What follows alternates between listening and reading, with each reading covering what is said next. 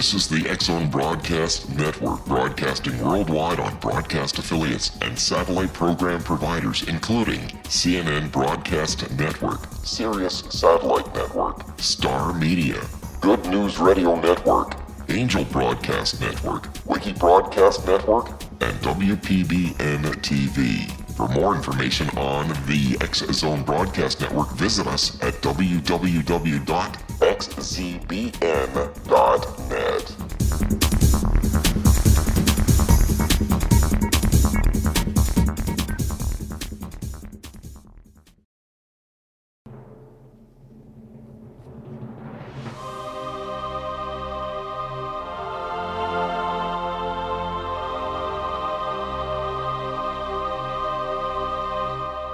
The Science of Magic with Gwilda Wiyaka is largely an opinion talk show. All opinions, comments, or statements of fact expressed by Gwilda Wiyaka's guests are strictly their own and are not to be construed as those of the Science of Magic or endorsed in any manner by Gwilda Wiyaka, Relmar McConnell Media Company, its affiliated networks, stations, or employees.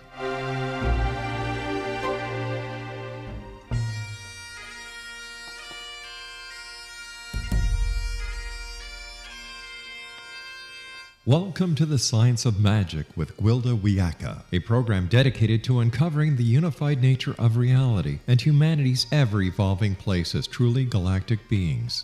For more information on the Science of Magic with Gwilda Wiyaka, visit us online at www.thescienceofmagic.net.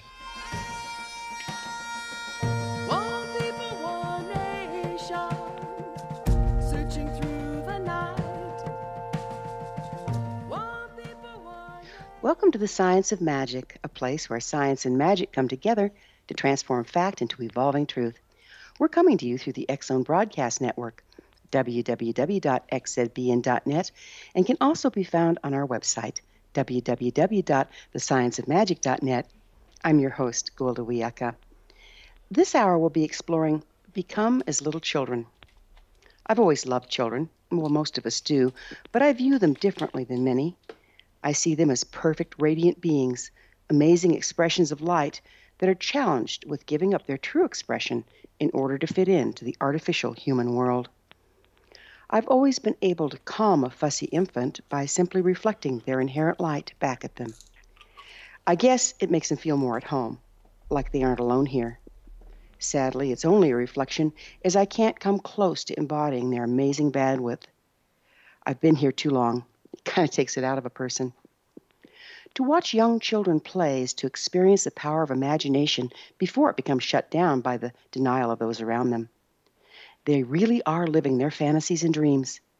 Given enough time, they'd grow up to manifest them. Alas, they're not given that time.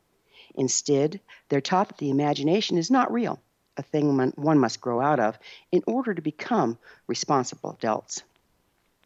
If you can't imagine a thing, you can't create it.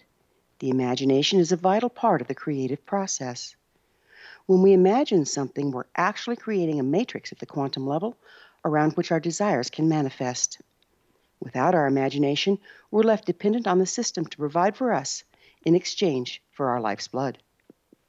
To watch young children move is to witness complete, unself-conscious embodiment. Every move is fluid. I've often thought it was as if they were made boneless and made of rubber. There's no resistance or blockages in their joyful physical expression of life. Only too soon, they're taught shame. Keep your skirt down. Sit like a lady. Don't climb on the furniture, young man, and so on. The body becomes rigid in an attempt to conform. Soon, the projected judgment and shame from the chastising adult is stored in the child's physical form. Their body becomes further restricted by the emotional miasms stored within. They are no longer granted full expression or range of movement for fear of triggering the stored emotions. Soon the body becomes so impacted with restrictions, judgments, and denials, it can no longer channel the full bandwidth of light that was our birthright. Without the full bandwidth of light, we suffer a shamanic illness known as power loss. Deprived of our light, we can no longer access our inner guidance and must look towards the outward for direction. Light is frequency. If our natural light is weakened, so is our frequency. Our very life force is diminished, we age and die prematurely. After having gone through this brutal socialization, children grow into adults that are often triggered by the open abandon of the young and feel compelled to correct them, make them behave, and toe the line.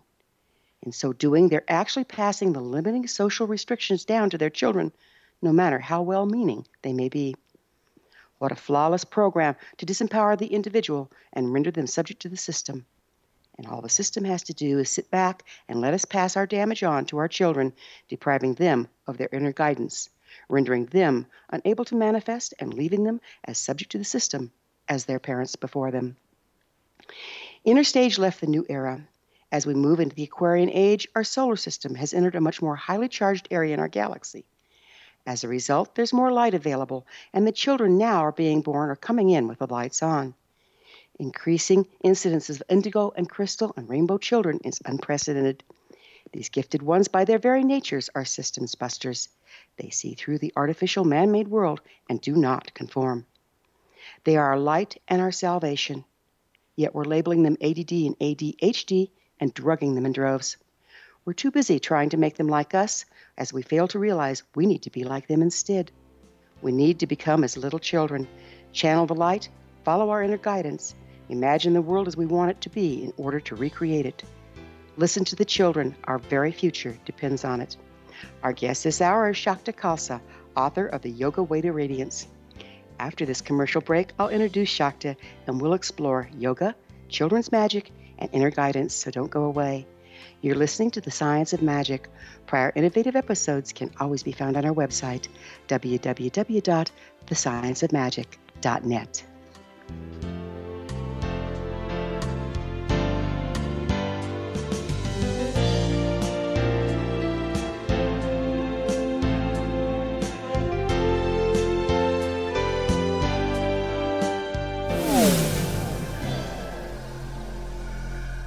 This is Kevin Randall. For nearly 30 years, I have been investigating the case of the Roswell UFO. I have interviewed hundreds of people and stood on the crash site. Now in Roswell in the 21st century, I have reviewed dozens of hours of audio and videotaped interviews, examined hundreds of files that relate to the crash, and have returned to Roswell in an attempt to put all that information into the proper perspective. For the first time in Roswell in the 21st century, I have made a dispassionate reevaluation of all that material and provide a new look at what happened. This is a book that clears away all the clutter that has hidden the truth for so long, strips away the various lies that surround the case, exposes the Air Force attempts at cover-up, and found a core of solid information that tells us all where the case stands today. Roswell in the 21st century will be available in just a few weeks. For more information, please visit my website at www.kevinrandall.blogspot.com.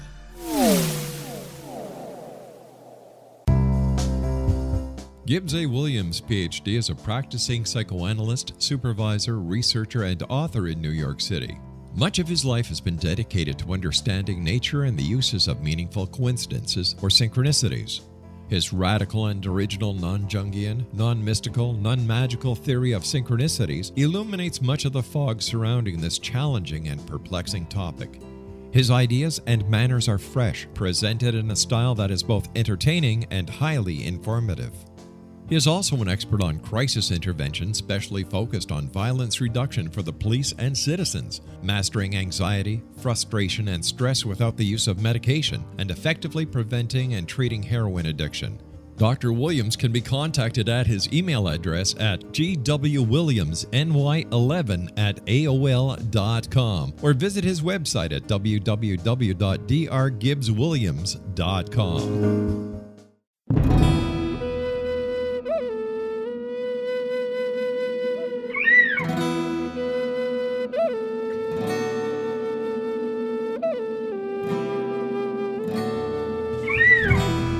Shamanism is recognized as a method to access the quantum level.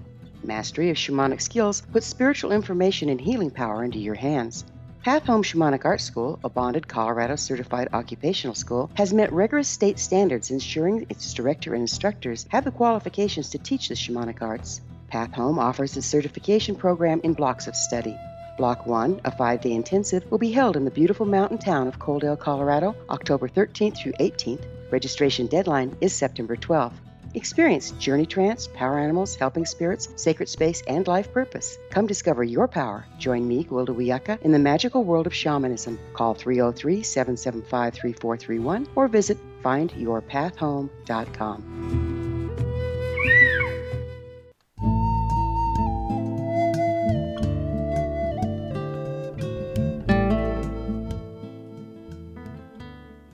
Welcome back. This is the Science of Magic, dedicated to unification and evolution of consciousness. I'm your host, Gwilda Wiyaka. Our guest this hour, Shakta Khalsa, is author of The Yoga Way to Radiance, How to Follow Your Inner Guidance and Nurture Children to Do the Same. She's a leading expert on children and yoga, having worked with both since the mid-1970s. She's a parent, Montessori educator, and a yoga professional, recognized by Yoga Journal magazine as one of the top 5 Kundalini yoga teachers in the world.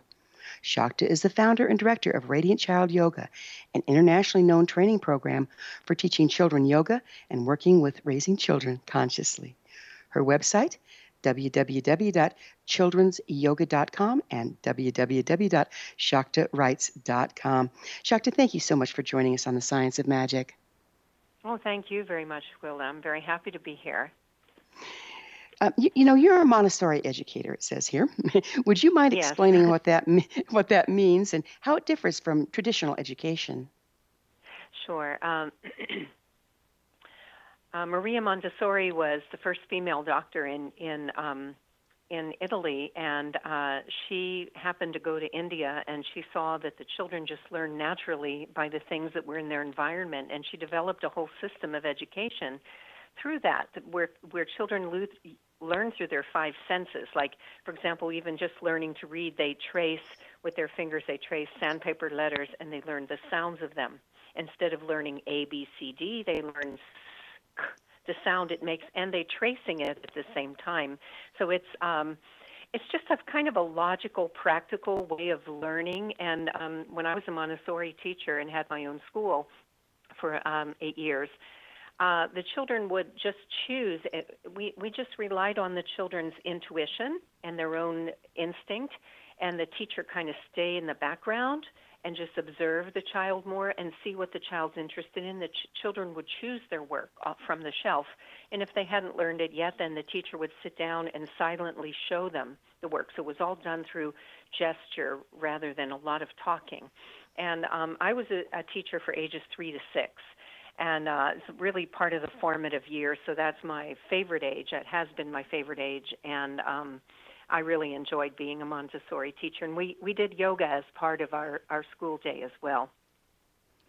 So you kept them engaged physically as well. When you're talking about this, it reminds me of the way a lot of the indigenous people raised their children, in that there was not a whole bunch of talking. Most of it was taught by example and touch and feel. And it seems like the kids ended up being more grounded that way because we're not forcing them out of their natural expression so young. Was that the idea behind it? Yes, I would say so. Although I have seen some Montessori schools who have kind of given in to the pressure of achievement, but that isn't the original way that Maria Montessori developed this program. And so when I had the school, which is in the 1980s, I really kept to what her true intention was, at least as far as I could feel it. And the yoga and the meditation we did in the classroom really helped. I also showed children how to do healing work on each other because they naturally could see energy, feel energy, but no one was ever talking to them about it. So I just let them know that I understood that and that I was helping them and inviting them to explore that. Oh, amazing. Admittedly, some socialization is required for children to be successful in the world the way it is right now. So how do you advise parents and teachers to socialize the children without squelching these natural gifts? Well, the way that I do it in my new book and the way I do it in any yoga classes I teach with children is the concept of cooperation, where cooperation means we are both doing something together and we're both responsible for doing our part so that it can be good for everyone. So it's got like a unity to it. And that's how we would do things in the Montessori school, too. If 2 children were fighting over a truck, we would bring the truck to the circle, and all the children would sit around, and we'd say, what could Josh say to Brian? instead of grabbing the truck, what could he say? And then everybody would come up with solutions. May I use the truck? When will you be finished with it? And then Josh could possibly say, well, I'm still using it, but here, you want this one for now, and when I'm done, I'll give it to you. So the children were learning cooperation, and I think there's a lot of adults that don't understand that. And if they did, then they could help their children to do it more, and that's really one of the things that we bring out a lot in the Yoga Way to Radiance book, is that we're all in this together, and so let's cooperate. Let's find ways. Let's be solution-oriented, basically. So, do you know of any people that have grown up as very successful adults that were trained in the Montessori way? I'm not as connected to seeing how children have grown up in the Montessori way, just because that was their school system. But within my own spiritual path, which is Kundalini Yoga, I lived in ashrams, and the children were raised with usually Montessori education, but they also at home were raised with yogic principles.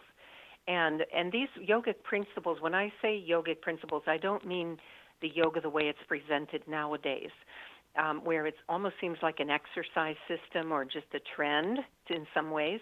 I mean the true meaning of yoga as it came from the masters, which is more like even what you're talking about with energy, vibration, really being tuned in to the Aquarian age, and really raising our children in a conscious way, like being present and conscious. So I would say, yes, I do know a lot of children who have grown up that way, my son included, and who are well-adjusted adults. How do you see children's bodies as being impacted by our current educational system? Well, obviously they don't normally get to move around. They are just using their left brain mostly all the time and not their right brain. And so there needs to be a balance for that. Yoga and meditation are a balance for that. And also just playing, natural playing that children do should be encouraged and allowed. They should, in my opinion, recess and free play time should be one of the main offerings that a school offers, not just cutting that out so that they can do more study. Way too much sitting. Given that that's not what we have, what do you suggest for parents to do to counterbalance the limitations of the school system? Allow their children to have free play, encourage them with free play, but also get outside with them yourself. You could just play in the yard. You could get involved with sports with them if they are inclined towards sports. You could just do things even inside the house. In our family, we used to put on the Beatles and dance. We just have fun dancing, and sometimes we'd have pillow fights. Just finding the spontaneous ways that you just free yourself up, your own creativity, free your creativity up to just allow yourself to think outside the box and to get involved. So I think the parents need to get involved too. They can't just send their kids out to play. How soon do you see children shutting down their natural expression? I would say when they start elementary school. Before that, I see them a lot more freed up and using their imagination, having imaginative play, being more enthusiastic about life. It seems to me that when they start elementary school, first, second, third grade, those seem to be the crucial times when we start to see them taking on the adult way of a viewpoint of the world, if you could say it that way. You know, they start to kind of take on the burden of that. You know, I've noticed that adults will, we're talking about imagination here, adults will humor the kids with their imagination, but kids aren't dumb. So it's almost like they realize that the adults aren't buying it and are actually being condescending, patronizing about their imagination. Sure. What effect do you think that has? Yeah, I do see that a lot. And the reason why that happens, in my opinion, is that children are tuned into energy and vibration. They might not call it that. They might not know that's what it is. but they can tell what's real and what's not real. And when a parent is disguising the way they really feel with some words that sound okay and different, meant to soothe the child or meant to have some kind of an effect that isn't true to what they really feel, the children can feel that. And the children who have sensory integration issues like autism, they really feel it. And a lot of times what I find is children feel these things and they express them either in their behavior or just in the things they say in response, but they don't always understand what is going wrong within them. They don't always understand that this person is really not giving me the truth. They just know something doesn't feel right about it. And so then there goes the feeling of safety out the window because they're not being heard, even though they're picking up something that's real to them. Is that true? Yes. I give a really good example of that in the book. Just imagine like a mom is driving a car and the 4-year-old child's in the car seat, in the back seat. A car cuts mom off. She slams on the brakes. She's really upset. She begins to swear. She's shaking. And the child says, "What's the matter, Mommy?"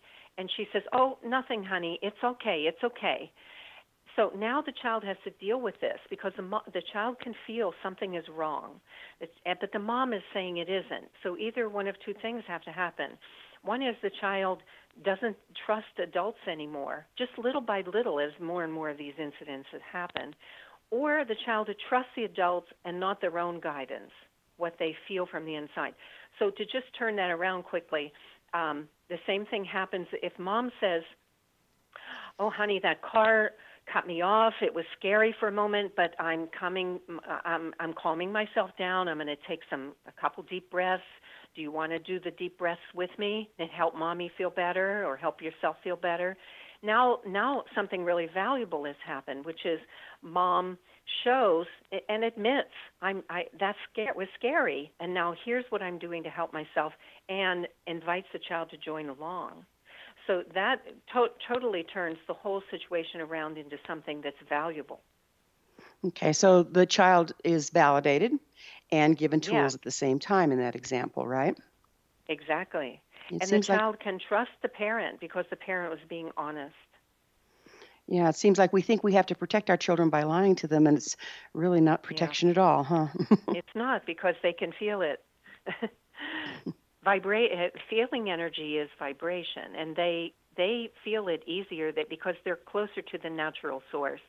And as they get older, they begin to take on more grown-up kinds of ways of thinking and feeling. That's why I wrote the book for adults, because the children aren't really the issue. It's the adults who don't remember who they truly are anymore. They're not staying connected. So yoga, meditation, being mindful, being present, journaling, loving yourself. Loving yourself is the biggest one. That is so important, yeah. We're going to have to take a break, Shakta. Shakta and I will return to our discussion after this short break. You're listening to The Science of Magic on the X-Zone Broadcast Network, www.xzbn.net. I'm your host, Gwilda Wiyaka. Previous broadcasts of thought-provoking episodes can always be found on our website. Our gift to you, www.thescienceofmagic.net. We will be back, so don't you go away.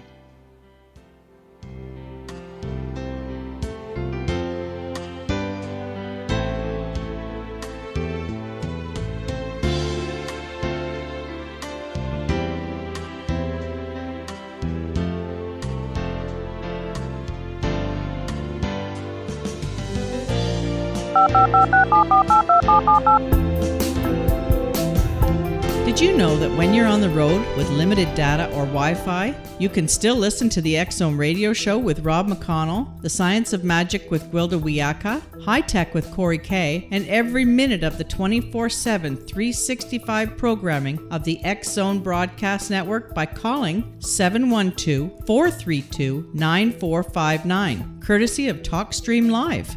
No smartphone, app, or internet needed. It saves your data plan, and it's free if you have unlimited minutes. Call 712-432-9459 to listen on any phone, anytime, anywhere. Remember, 712-432-9459 for the best of paranormal, new age, thought-provoking, sci-fi radio programming 24/7, 365.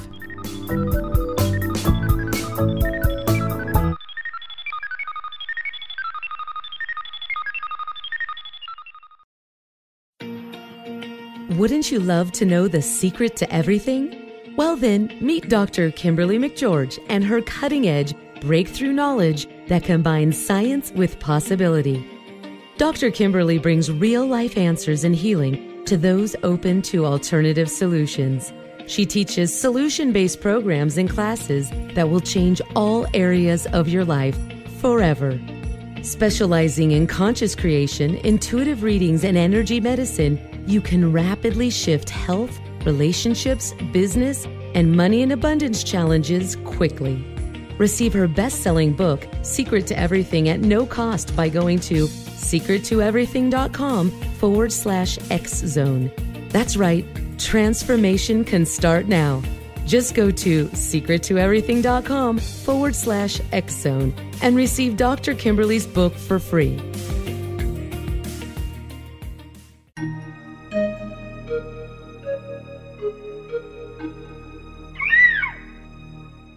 While science pursues fact, magic accesses the quantum level, bridging random facts to form truth. As long as science and magic remain separate and polarized, the truth cannot be known. I'm Gwilda Wiyaka. Join me on the Science of Magic radio program, dedicated to unification and evolution of consciousness. During each episode, I'll be speaking with experienced and respected scientists and mystics. From astrologers to astronomers, from medical doctors to shaman, the scientific method to dowsing and intuition, we'll weave together information from seemingly divergent practices to promote unity and enlightenment. Join me, Gwilda Wiyaka, and the Science of Magic right here on the Mutual Broadcast Network.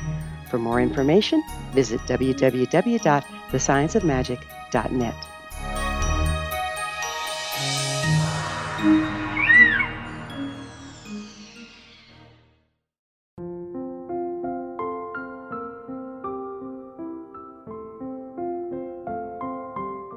I am Dr. Carl O'Helvey, founder, president of a new cancer foundation focusing on evidence-based physical, mental, and spiritual interventions, including natural cancer cures, prayer, meditation, affirmations, nutrition, and other related holistic cancer prevention and cure modalities. These are used in cancer education, research, and financing care. I ask for your help to continue this important work by donating at www.holisticcancerfoundation.com.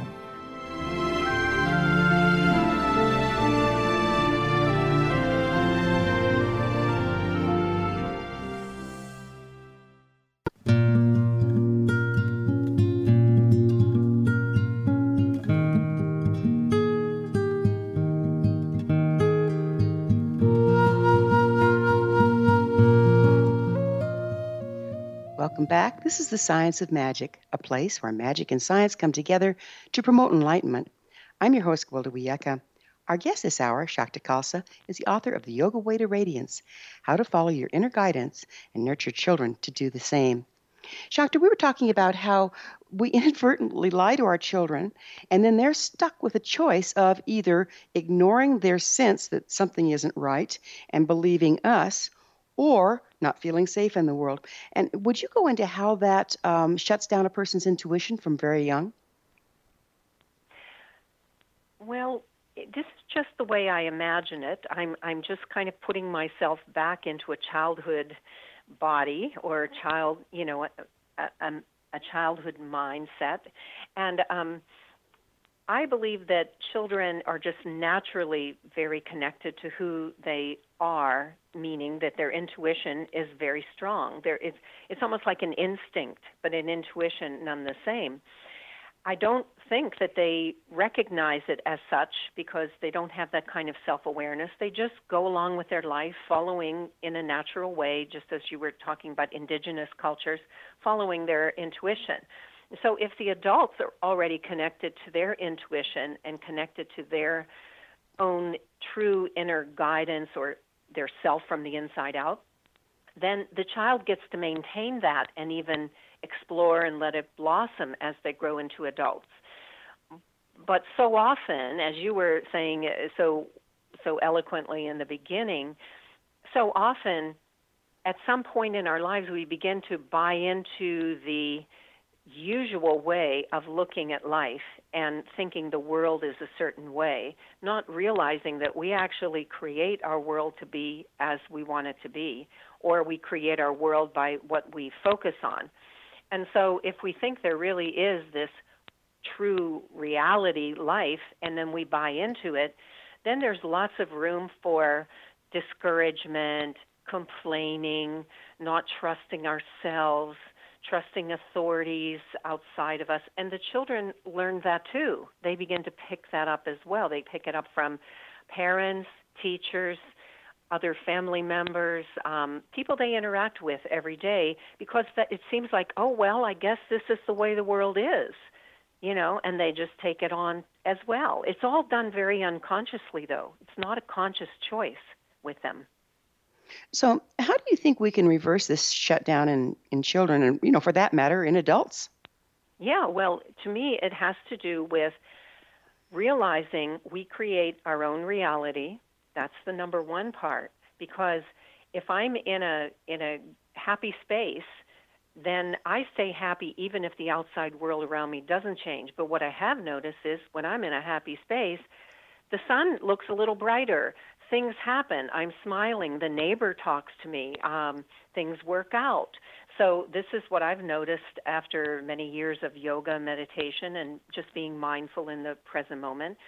And because we create our world, we can create it and we can choose. And so it's the choice. So we can make a conscious choice to say, well, I'm going to grouse about this thing to my best friend right now, or no, I'm going to sit down with it a minute and I'm going to just find out what that really is to me. What are those feelings, and allow them to be, and allow them to then move into something better. And this is what I have give a lot of guidance for that for parents and teachers and other adults in the book, because I feel like that we as adults are key to these generations of children. Sure, they come in really amazing, indigo, Aquarian children, and we want them to be able to maintain that. And that's why I developed this work to begin with that I've been doing now for the past 40 years, basically. So where did yoga originate? It originated in India, but there are actually archaeological findings that show that yoga also, signs of yoga like statues and hieroglyphs also are shown in the Chinese culture and the Mayan culture. But it became well known and developed into a complete system in India, and no one actually knows how long ago that was. It's as much as 5,000 or 8,000 years ago. It's not new at all. So how many forms are there at this point? Oh, I don't know, because there are more traditional yoga teachings and sciences and practices, but then now that yoga has become much more popular, every day new yoga paths and techniques are popping up. So I don't really think I can answer that question. The style of yoga that I teach is Kundalini Yoga, as taught by Yogi Bhajan, and he brought this from India in the 1960s, and I met him in the early 1970s. So he was a true spiritual teacher who came over from India. So I was really fortunate to be able to learn directly from him. Very nice. It's always nice to learn from the master. What is Kundalini Yoga, and how does it relate to frequency or light? Okay, that's a good question. I like that question. I find that the concept of Kundalini Yoga to me personally is that it's an awakening of the latent power within each and every one of us, and that latent power is our light. It does elevate our frequency. It does change our frequency and bring us to an elevated state. Now, some people think it's like oh man, my Kundalini rose, and then I was, it was sort of like a drug trip or something. But that's not my experience of Kundalini Yoga after 40-something years. It is a gradual awakening of the true self, of the being that is the most connected to who you are spiritually and physically and mentally. It is the true self that we see in these children, but with the experience that life has given us as part of who we are now. The experiences we've gone through, whether we think of them as negative or positive, create this elevated being. Once we understand who we truly are from the inside, then nothing looks bad anymore. All the stuff we went through was just leading us into who we are now. So that's the way I look at Kundalini Yoga. And as far as the yoga itself, the way it looks different is a lot of the Hatha Yoga-based practices are asana-based, and asana means holding a posture.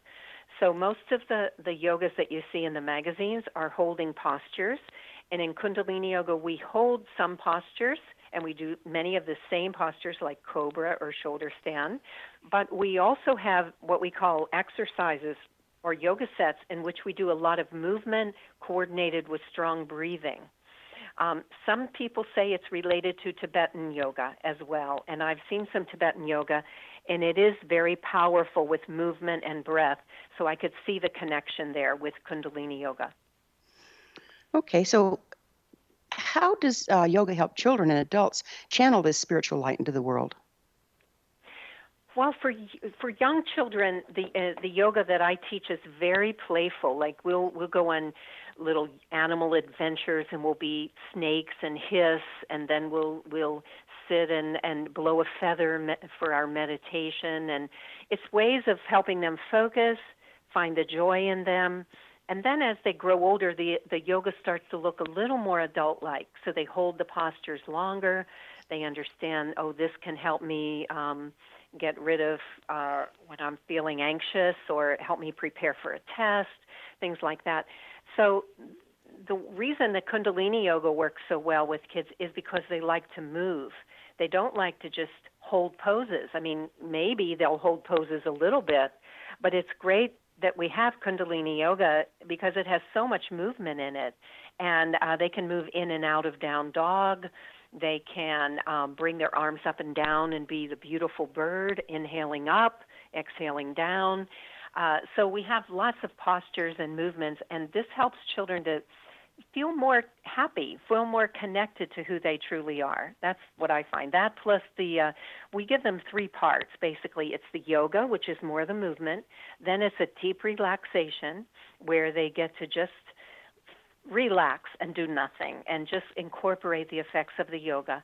And then there's usually a seated meditation of some type. And with the young ones, sometimes the meditation is a beautiful song.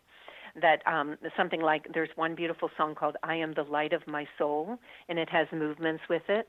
And the children get to affirm that within themselves before they leave the class. That's beautiful. Tell me, I want to know your secret. How do you get these little ones to meditate? Oh, well, they enjoy it. It's very short. It's 1 or 2 or 3 minutes for the 3 to 6 or 7-year-olds, and then a little longer as they go. But I find if you make the meditation kind of magical and attractive and something they feel like they want to do, then it makes a big difference. And also what else makes a difference, and this is something I teach the adults who come to my training program, is your energy makes a difference. If you think they can't do it, they won't do it. If you think they're perfectly capable of sitting in their own light and their own beauty, they'll do it. It's Amazing. Energy. It's the way we think about things. Amazing. So they're actually not just meditating, they're tapping into the frequency of their own beauty. Is that what's going on there? Yes. Yes, I love that phrase. Thank you. Yeah. So what do you see as resulting from diminished ability or access to channel the light? What symptoms do you see in children and adults for that matter? Anxiety seems to be the biggest one. And some self-destructive behaviors or or hurting themselves or lashing out to other people, at other people. Those are all symptoms of not connecting from the inside to the true essence, the true essential beingness that we are, which is goodness. And they're not tapping into that anymore because they bought into other people's belief systems, which is very, very easy to do. And sometimes it's just a process for all of us to realize we've done that and then come back around to our true essential self as we become more mature. I would say that seems to be part of earthly life. Do you see it as characterized by an overwhelming sense of loneliness because we're disconnected? Yes, because we're disconnected from who we are, truly are from the inside. Because once we do that, we find it everywhere. That's been my experience and the experience of many of my students. And there's wonderful stories in my new book that aren't my stories. They're all true stories of people who have refound this for themselves. There's an amazing story of a woman who was told by her naturopathic doctor, she was having so much trouble within herself and with her child, and her doctor was bravely said to her, "You are reactive parenting." And she said, "I don't even know what you're talking about." He said, we're going to have to pick up with reactive parenting on the other side of the break. So we're going to leave you with a cliffhanger. Okay. Shakta and I will be back on the flip side of this commercial break. You're listening to The Science of Magic on the X Zone Broadcast Network, www.xzbn.net, the place where altruistic professionals of science and the esoteric create common ground for the betterment of our world.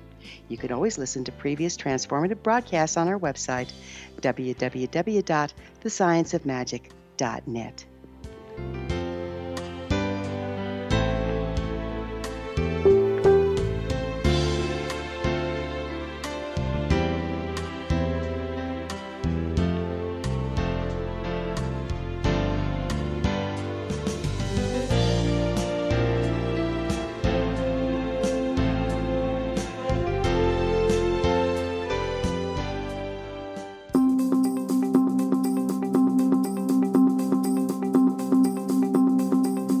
As host of Dialogue with Divinity, I am thrilled to join the X Zone Broadcast Network and their growing number of affiliates. My quest for a connection to the divine ignited my successful career path as an international spiritual counselor for over 40 years, an author of 4 books, and well-known metaphysical educator. My clients call me their spiritual mama. So my job is to offer you a radio show to help you grow spiritually with wisdom and get specific tools from guests who are experts in their field. Tune in to Dialogue with Divinity and be part of the conversation with Spirit. My goal, your happy soul. For more information, please visit my website at johannacarroll.com.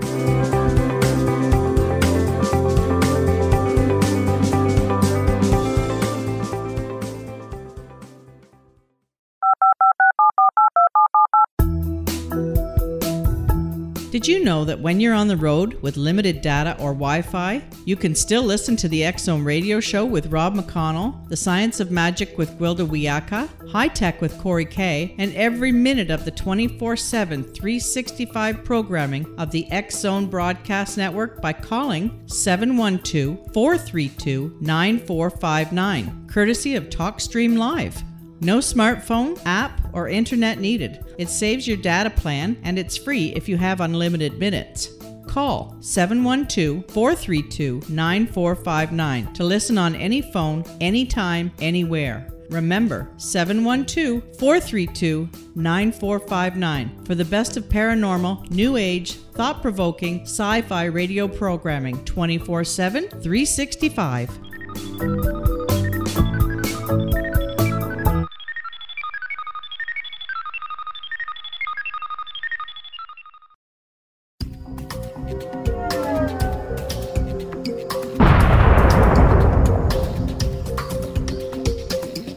Coming soon to the X Zone Broadcast Network is A Different Perspective with me, Kevin Randall, as your host.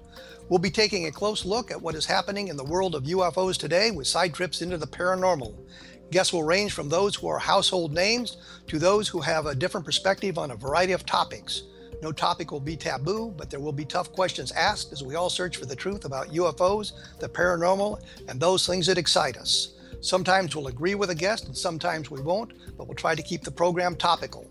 For those of you who would like to read, be sure to visit www.kevinrandle.blogspot.com and remember to listen to the other fine programs on the X Zone Broadcast Network at www.xzbn.net.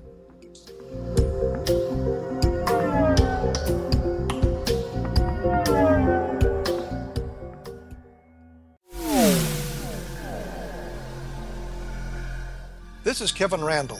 For nearly 30 years, I have been investigating the case of the Roswell UFO. I have interviewed hundreds of people and stood on the crash site. Now in Roswell in the 21st century, I have reviewed dozens of hours of audio and videotaped interviews, examined hundreds of files that relate to the crash, and have returned to Roswell in an attempt to put all that information into the proper perspective. For the first time in Roswell in the 21st century, I have made a dispassionate reevaluation of all that material and provide a new look at what happened. This is a book that clears away all the clutter that has hidden the truth for so long, strips away the various lies that surround the case, exposes the Air Force attempts at cover-up, and found a core of solid information that tells us all where the case stands today. Roswell in the 21st century will be available in just a few weeks. For more information, please visit my website at www.kevinrandle.blogspot.com. What Happened in Benghazi is revealed by Nicholas Genix, author of Obama, Islam, and Benghazi. He informs the American people that President Obama deceived them by advocating a strong foreign policy prior to the 2012 presidential election, and Hillary Clinton supported this deception. As the title infers, there is a connection between Obama, Islam, and Benghazi. Ample evidence informs Americans that Obama's early indoctrination in the Quran developed an affinity for Islam, why the Quran is the source of discontent in many countries, and why the Obama foreign policy deception led to poor military action and caused the loss of American lives in Benghazi. Genix provides 36 questions for the Select Committee on Benghazi to validate if Americans are justified to mistrust President Obama and Hillary Clinton. An overview of Obama, Islam, and Benghazi is presented on the website www.futureofgodamen.com. That's www.futureofgodamen.com. Afterlife expert Roberta Grimes was the first one to say that dying can be fun. Now her best-selling book, The Fun of Dying, is available in stores worldwide. So if you wonder whether death ends life, how it feels to die, or what heaven might be like, The Fun of Dying was written for you. And if you have always been afraid of death, or if you worry that your life has no meaning, let The Fun of Dying ease your fears and bring new meaning to your life. Nothing said in The Fun of Dying is based on the teachings of any religion. Instead, Roberta draws on evidence to explain how death happens, how it feels, and what comes next. A lot of the best death-related evidence was produced in the first half of the 20th century. When it is put together with recent discoveries, it tells a consistent and amazing story. Roberta Grimes blogs and answers questions at robertagrimes.com. Her wonderful book, The Fun of Dying, is available on Amazon and at stores worldwide wherever books are sold.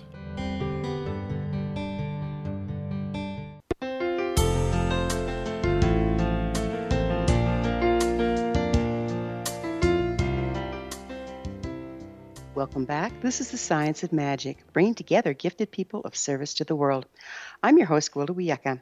Our guest this hour, Shakta Khalsa, author of The Yoga Way to Radiance, How to Follow Your Inner Guidance and Nurture Children to Do the Same.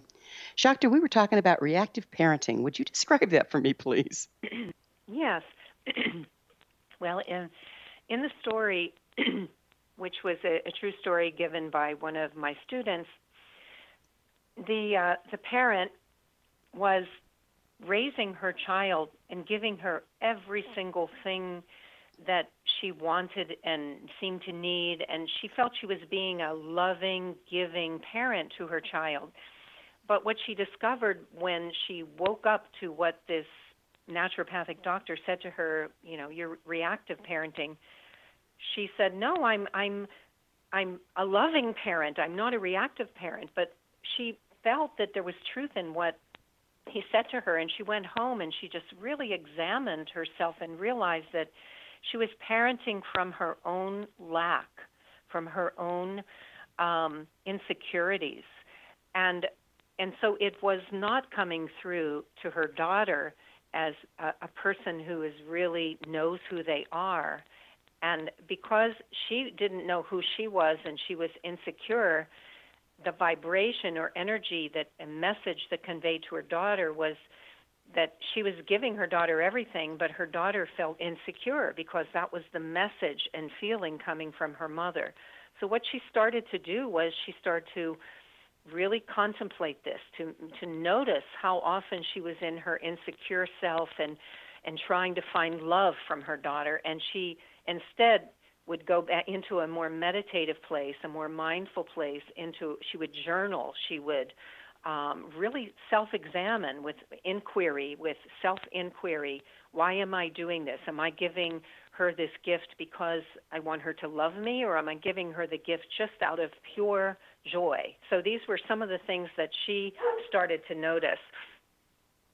And so what happened from that was that she little by little came out of it, and her daughter also became more secure, more her true self, and they have a much better relationship. She knows it's something she has to continue to work on.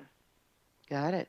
It sounds to me like she did not have the frequency of self-confidence and had to go into a meditative state and really do some personal work in order to reconnect, so she had it present for her daughter.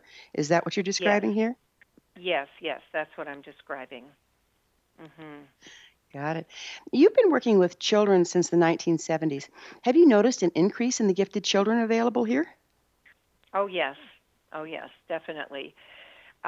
First of all, I think every child has this potential, but some of them come in and it's so remarkable and so obvious that even people who don't believe in these things begin to notice it. So what I find is that children are more able to know who they are and feel who they are as spirits and keep connected to that longer. And even if they get way late or sidetracked, to get back to it easier. Some of them have really strong, what we would call psychic abilities, or abilities to know things that were beyond what they could have known through their regular left brain.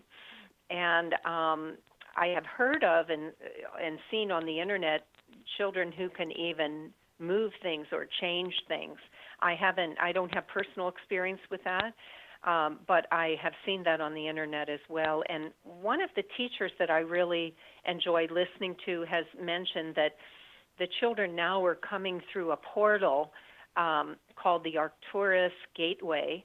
And I don't mean the children, I mean the souls that are being born now. The souls that are being born now are coming through a sort of an energetic stargate gateway, and that it gives them more ability to remember who they are, remember even past lives, and to stay connected to who they truly are in this lifetime and what they came here for.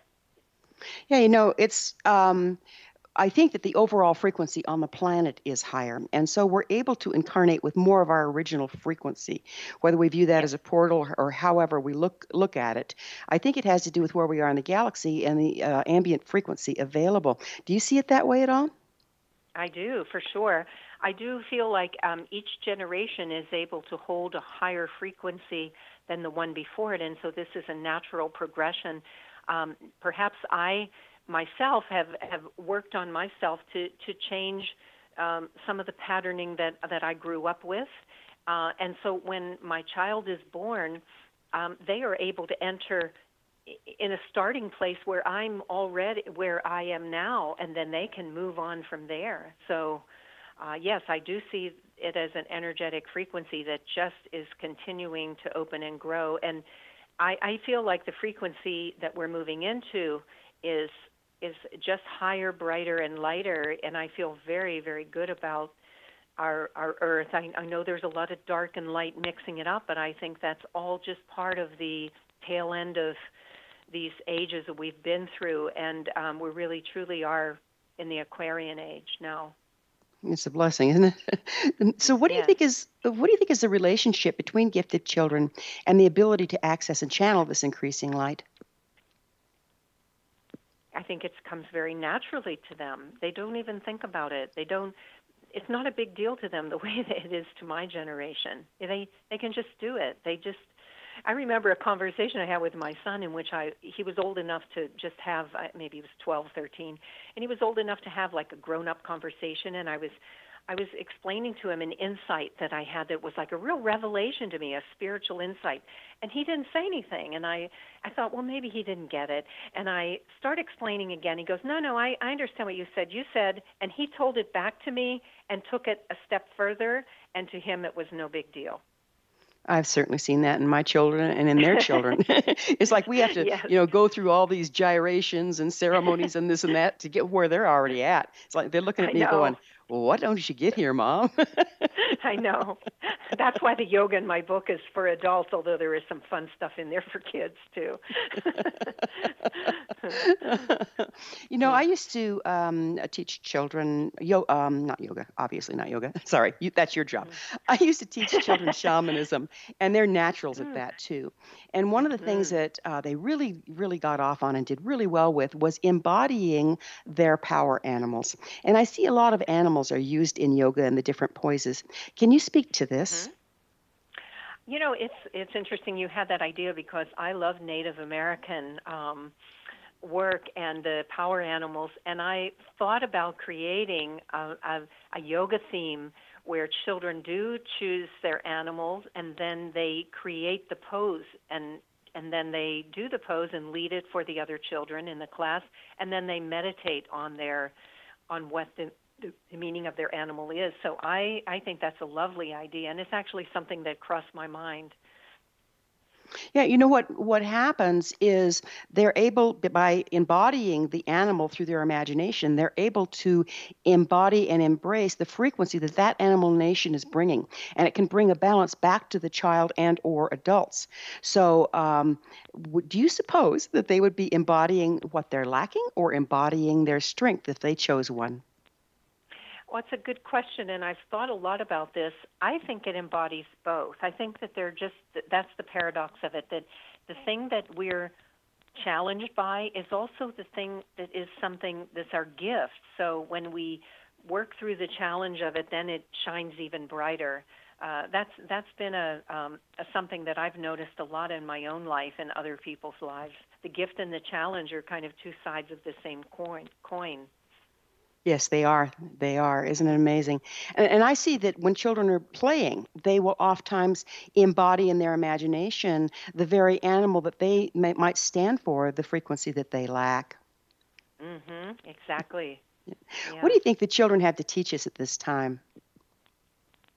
How to be truly who we are. We have so many methods and ways and techniques, but I find a lot of people get caught up in the technique and they miss the essence of it. But the essence of it to me is to truly know ourselves from the inside out and to realize we're made of pure love. And that's what the children come in as, and it's who we came in as too. So if that's our natural self, then we get to self-inquiry about, well, how do I get back there? What am I doing? What did I buy into that isn't truly me? And just start shedding it. We're about to run out of time. Would you mind telling our listeners where they can find your book? Oh, sure. Thank you. The Yoga Way to Radiance is, there are 3 places that I know of you can find it. Amazon, Llewellyn, Llewellyn.com is my publisher, and also my website, which is childrensyoga.com. Oh, that's perfect.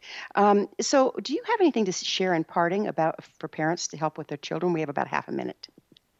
Yeah, I think one of the things that maybe I didn't emphasize that's so important is really allowing yourself to be okay with yourself as you are, because that's always the first step. And if you can be okay, you can kind of like let the air out of the balloon and just relax, and then from there you can move into some new places. So it's about embracing what you are rather than being restricted by what you are not. That's right. It has been an absolute joy having you on. Thank you so much, and good luck in all your endeavors. Our guest this hour. Thank you very much. Oh, our guest this hour has been Shakta Khalsa, author of The Yoga Way to Radiance, How to Follow Your Inner Guidance and Nurture Children to Do the Same. Her websites, www.childrensyoga.com and www.shaktawrites.com. This has been The Science of Magic. Remember, you can always listen to past thought-provoking episodes on our website, www.thescienceofmagic.net.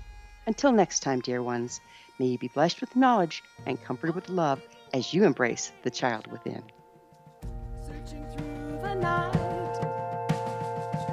one people, one nation, searching for the light. One people, one nation, coming from the stars. One people, one nation.